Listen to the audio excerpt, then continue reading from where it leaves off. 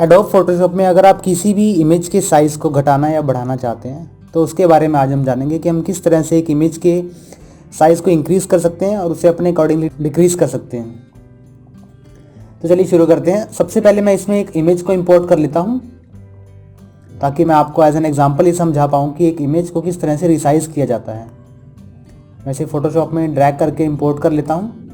अभी तक मेरे पास एक ब्लैंक डॉक्यूमेंट मैंने यहाँ ओपन किया हुआ था, नया डॉक्यूमेंट क्रिएट किया था जिसके अंदर मैंने एक इमेज को इंपोर्ट किया है। आप चाहें तो डायरेक्टली इमेज को इंपोर्ट कर सकते हैं। मैं इसे यहाँ पर प्लेस कर देता हूँ। फोटोशॉप में सबसे पहले हम ये सीखते हैं, इमेज को इंपोर्ट करने के बाद अब हम सीखते हैं कि किस तरह से इसके पैथ्स को ट्रिम कर सकते हैं। यानी कि आप यहाँ टॉप एंड बॉटम पे स्क्रीन पर आप देख रहे होंगे, टॉप या बॉटम पे आपको वाइट बॉर्डर ये दिख रहा है। इसे कम करने के लिए आपको क्या करना होगा, मैं चाहता हूँ कि मेरी ये जो इमेज है मुझे सिर्फ ये इमेज अपने कैनवास पर दिखाई दे। मुझे ये वाइट बैकग्राउंड, वाइट स्पेस बिल्कुल भी नहीं चाहिए। इसके लिए मैं इमेज पैनल पर जाकर ट्रिम ऑप्शन पर क्लिक करता हूँ एंड देन आपके पास एक डायलॉग ओपन हो जाएगा। ट्रिम यहाँ पर आप देख सकते हैं, इसके रिलेटेड सेटिंग्स है। यहाँ पर आप 4 चेक देख सकते हैं, top, bottom and left right पर आप जिस तरफ से इस पैथ को ट्रिम करना चाहते हैं। अब जैसे कि मैं यहाँ पर टॉप एंड बॉटम से पैथ्स को ट्रिम करना चाहता हूँ, पैथ को काटना चाहता हूँ, तो इसके लिए मैं लेफ़्ट एंड राइट को डिसेबल कर दूंगा एंड देन जब मैं इसे ओके करता हूँ तो आप देख सकते हैं कि मेरे टॉप एंड बॉटम से जो पैच हैं, जो वाइट बॉर्डर है, वो ट्रिम हो जाएगा और मेरे पास कैनवस पर सिर्फ इमेज दिखाई देगी।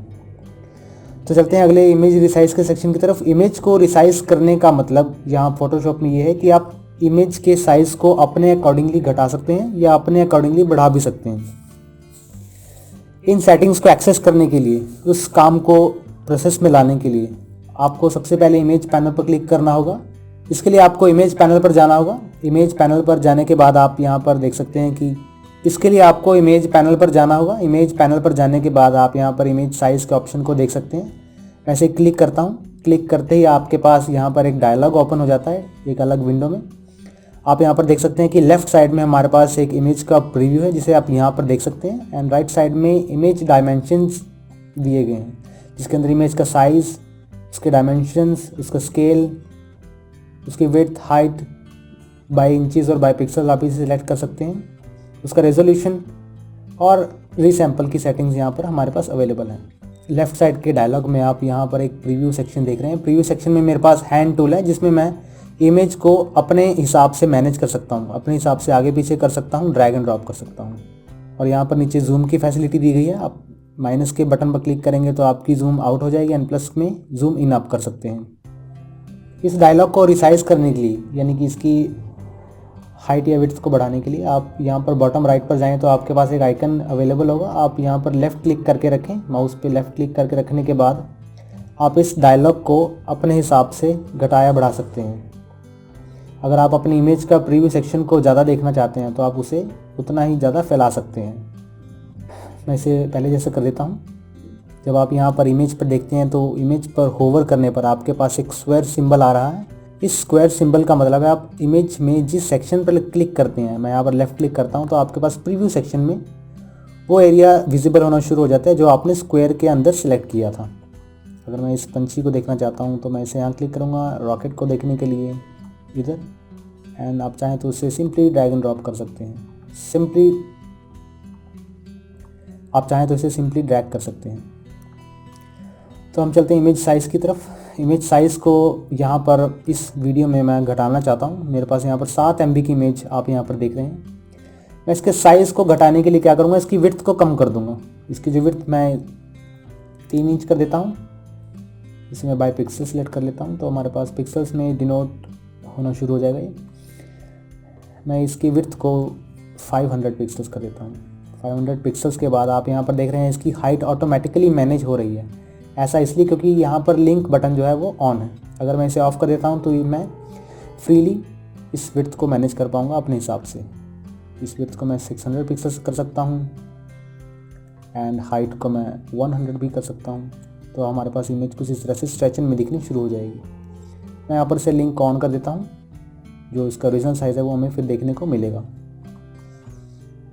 विड्थ को मैं यहाँ पर 1200 एंड हाइट मेरी उसी हिसाब से मैनेज हो जाएगी। अगर मैं रीसैम्पल के इस चेक को डिसेबल करता हूँ तो मैं रिजोल्यूशन पर भी एक डिपेंडेंसी बना पाऊँगा। इसके अंदर मैं क्या करूँगा, अगर मैं अपनी इमेज के विड्थ को या हाइट को कम करता हूँ तो उस हिसाब से रेजोल्यूशंस भी कम होंगे। मैं यहाँ पर अगर इस विड्थ को 5 पिक्सल्स करता हूँ तो इसके रेजोल्यूशन आप यहाँ पर देख सकते हैं, इसकी इंक्रीजमेंट हुई है। यानी जितनी ही आप इमेज की हाइट या विड्थ रखेंगे उतने ही ज़्यादा रेजोल्यूशन आप उस इमेज में देख पाएंगे। मैं यहाँ पर इसे 6 कर देता हूँ। एंड रेजोल्यूशन को अगर मैं फ्रीली एडिट करना चाहता हूँ तो उसके लिए मुझे रीसैम्पल के चेक को ऑन करना होगा। उसके बाद मैं यहाँ पर देख सकते हैं, यहाँ पर मेरे पास विड्थ 6 है एंड हाइट 3.371। रेजोल्यूशन को मैं 600 करता हूँ तो मैं इसे फ्रीली मेंटेन कर पाऊँगा। रीसैम्पल में आप इसे ऑटोमेटिक सेलेक्ट करते हैं ज़्यादातर। इसके बाद आप यहाँ देख रहे हैं कि इमेज को हमने यहाँ पर इसके साइज़ को इंक्रीज़ कर दिया है। जो इमेज यहाँ पर हमारे पास पहले 7.09 MB की थी वो यहाँ पर बढ़कर 20.8 MB हो गई है। इसी तरह आप इमेज के साइज़ को बढ़ा सकते हैं, लेकिन मैं इसे कम कर देता हूँ। मुझे इतनी इमेज साइज़ में नहीं चाहिए, मैं इसकी साइज़ को डिक्रीज़ करता हूँ। यहाँ पर मेरे पास 5.21 ये ठीक रहेगी। अगर मैं इसे ओके करता हूँ, ओके करने के बाद आपकी जो इमेज है ये रिसाइज हो जाएगी। इस फाइल को सेव करके चेक करते हैं कि हमारे चेंजेस सक्सेसफुली हुए हैं या नहीं। मैं इसे सेव एज PNG करता हूँ। PNG या JPG आप कोई भी सिलेक्ट कर सकते हैं और इसे सेव करता हूँ फोटोशॉप इमेजेस में। इसका नाम रखता हूँ रिसाइज्ड इमेज। ओके करता हूँ। सेव करने के बाद आप इन सेटिंग्स को ओके करें एंड इसके बाद आप देख सकते हैं कि फाइल एक्सप्लोरर में यहाँ पर मेरे पास ओरिजिनल इमेज थी स्काई के नाम से, जिसके डायमेंशंस और साइज़ आप यहाँ पर देख सकते हैं। इसी तरह से यहाँ पर मेरे पास इसके बिल्कुल साथ रिसाइज्ड इमेज है, जो कि मेरे पास इसके डायमेंशंस कम होकर और इसके साइज़ कम होकर 1.91 MB रह गया है। इसी तरह से आप अपनी इमेजेस के साइज़ को घटाया बढ़ा सकते हैं। अगली वीडियो में हम देखेंगे कि हम किस तरह से अपने इन एक्टिविटीज़ को अंडू कर सकते हैं ज़्यादा से ज़्यादा, और किस तरह से हम अपने डॉक्यूमेंट्स को एक अलग आउटपुट में, एक अलग फाइल फॉर्मेट में सेव कर सकते हैं। इसके बारे में जानेंगे हम अगली की कुछ वीडियोज़ में।